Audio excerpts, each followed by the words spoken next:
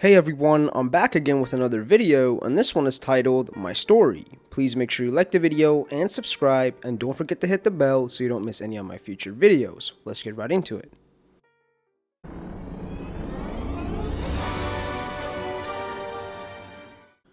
We were married for 19 years, together for 23, when she became aloof and distant, finally declaring that our marriage seemed likely over and that she was on a healing path while I was broken, engaged in career, dotting on family, music making, furniture building, friends, sports. She was spending increasing amount of time out of the house to help celebrate a friend's sobriety. Teenage daughter and I were home together without mom many nights. Things got increasingly worse, with wife stating she was willing to not file for divorce until daughter went off to college, with occasional vocalized, "What am I thinking? We've built a great life together," interludes. Finally, after about 5 months of this, I couldn't take it anymore and read her emails, searched on love. Bang. Confronted her. She asked what I found out. First mistake, told her. Got a new set of lies that conveniently served as at least harmful explanation of my evidence. We only made out once. It was awful. We're just friends. I was crushed. Having endured this before with my first wife, I told her she had to end contact with this guy, and we spent the weekend rebonding, or so I thought. Things seemed to be on a healing path, but over the next couple of weeks, she started backsliding into the acrimony she had inflicted upon me earlier. She began to urge me to work on my upper chest. I told her that I commuted by bicycle 20 miles a day and was in very good shape. I said I felt fine about my body. Her boyfriend had some big chest. I would learn. More night celebrations. I got a phone she had recently upgraded from and did a deep forensics dive. I found very explicit text messages indicating full carnality. Turns out her lover was an opiate junkie she met in AA, 5'8" to my 6'2", bankrupt, estranged from his family, pock-faced, poorly educated. I graduated from a top 10 university and was and currently am a technology executive making very good money. I was at least relieved that this reinforced my existing knowledge that it was never about me. Reconfronted her. She wanted to know what new information I found. I told her no. You'll just make up a new set of lies. Tell me everything or get the F out of my house. Keep in mind, I already know more than you can imagine. It all came spilling out in ugly waves. All the basic intercourse moves one is driven to in self-destruction. I insisted she write it all out in detail. I confronted her junkie boyfriend at the third-rate hotel he worked in. Blew that ass up. His hotel chain transferred him after I confronted him in the lobby. Hey. I told her I would consider the gift of reconciliation, but that she had an enormous amount of work to win back my shattered trust. She seemed grateful for the chance. Second mistake. Should have insisted she moved out for some period of time. Unbeknownst to me, teenage daughter had been reading mom's emails and knew all the tawdry details. A couple of weeks after the big D-Day, daughter got drunk, dropped some pills, drove a car off the road, miraculously not injuring herself or others as the car flipped, teetering above a rain-swollen creek. Daughter got a huge DWI, was kicked out of National Honor Society, and shamed at school. Mom decided I had to deal with all of this because she couldn't. A couple of weeks later, my ex had a complete parental breakdown.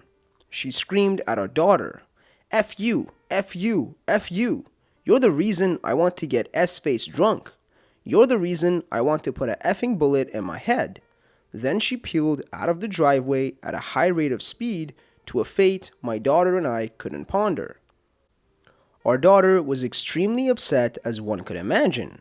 I reassured her that her mother's outburst was completely unacceptable and was about her mother's cognitive and emotional state, and not a reflection on her, Mom eventually returned, remorseful but minimizing what she had done. Then, a transformation then occurred, where our daughter had been overly angry at her mother.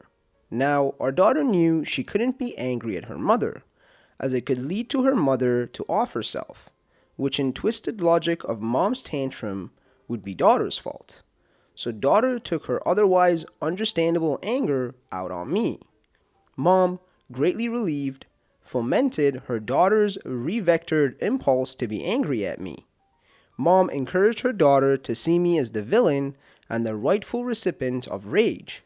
An alcoholic, Mom had to protect her alcoholic ego, and if it meant emotionally manipulating/abusing her own daughter, no problem. This got worse and worse. My wife began to see herself as the real victim in all of this, which in perverse hindsight she actually was. She declared with great relief that I've forgiven myself. She would stalk me on internet support groups for victims of infidelity. Third mistake, telling her about my support systems, where she would find fodder for new screaming arguments. As should be fairly predictable by now, things completely fell apart when, a year into our attempted reconciliation, she erupted in a mocking diatribe about my deepest insecurities and sadness. The place every longtime spouse knows about the other and knows to never exploit. She went there, hard, imitating me from moments years prior where I had shared my deepest vulnerabilities. She mockingly went into fake tears and exaggerated self-pity, while maniacally cackling at my extreme discomfort. But that was my light bulb moment, and I now see it as a wonderful and enlightening event. If in this time in which I was offering the gift of an opportunity to win back my trust, she was willing to obliterate all norms of marital decorum, to exploit the intimate vulnerabilities I had shared with her, my spouse of some 20 years, in order to vent her misdirected shame, then clearly and irrevocably she could never be trusted again. At that moment, I knew I had to get rid of this cancer. I was now certain I could never trust her again, and I was not willing to be in a relationship with an irredeemably untrustworthy person, where I had been raked with ambivalence before. I had a calm certainty. The divorce settlement was ugly. I ended up paying her $200,000 to keep the house I had already paid for and keep my pension I had worked 20 years for. Even though she worked and made a good salary, I had paid all the household bills, mortgage, car payments, taxes, insurance, food, etc. for the entire marriage. Not sure where all her money went over the years. Likely to her junkie boyfriend. Who knows? The saving grace was the house appraiser she and her attorney insisted on ended up lowballing the value of the house by several $100,000. That saved me from real financial ruin, and I got to keep my dream house, a custom-made high-end home, perched on a ridge on 3 wooded acres, high above a beautiful, environmentally preserved river. It's not a huge home, but has a detached recording studio for my music, a woodworking shop, and is the calmest place I've ever been. 4 years later, things are much better for my daughter and I. Our relationship is strong again, although her scars are still vicious and deep. She got into a very competitive college in New York City, where she's about to graduate. She tells me how much she appreciates that I never bad-mouthed her mom, around her at least, while telling me how stressful it is when her mom curses me and speaks despairingly about me, openly and to anyone who'll listen. Now, my ex refers to her affair as my cry for help, and blames me for not seeing it as such.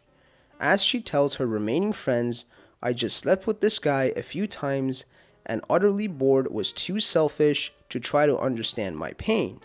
In her telling, it was the intercourse. She will never understand how minor that is compared to the overall context of complete destruction of trust. When I hear these statements through the grapevine, my overwhelming reaction is one of relief. Now, I have an amazing girlfriend who is emotionally competent. My daughter likes her too. What I wish I'd done. A full 180, demanded a post-nup as a symbol of her commitment to reconciliation, invited her to move out as soon as I had proof of her cheating. What I'm glad I did. Hung in there until I had 100% certainty. Never badmouthed mom around her daughter. Found support systems. Confronted her junkie lover. Knew this had nothing to do with me, but only my ex's brokenness.